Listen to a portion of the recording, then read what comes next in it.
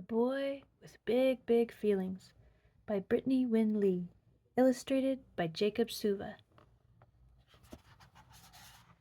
There once was a boy with feathery hair and a heart that was bursting with feeling. His emotions seemed bigger than everyone else's, and sometimes they made him go reeling. When playing outside on the yellowest days, a loud truck might rumble on by, and wouldn't you know it, the big heart of his would push feelings right out of his eyes.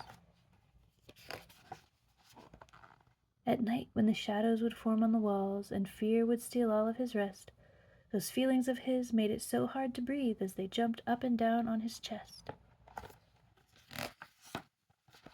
Sometimes, when his play had to come to an end, or when things didn't go as he'd planned, the feelings would run down the length of his arms and clench when they got to his hands. He felt happy feelings as big as the others, from tickles and hide-and-go-seek, and jokes and races and stories and songs that made feelings glow from his cheeks.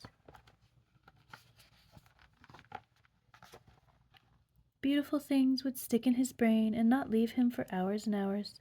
The fur of a dog, a fluffy white cloud, his mama, a banjo, some flowers. But when someone he loved had a very hard day, he'd feel he'd been over-equipped to feel all their feelings as deeply as they, which would quiver right out of his lip. He wondered, why me? Why this big giant heart in a world that's so heavy and kind, where all of the feelings under the sun feel as if they were made to be mine? So the boy tried to stuff all his feelings deep down, to control what he thought he should hide, afraid that the others would make fun of him if they saw all he felt deep inside. Would they think he was weak, dramatic, afraid? Would they call him a wimp or a baby? If they saw the big thumping heart in his chest, would they not want to play with him, maybe?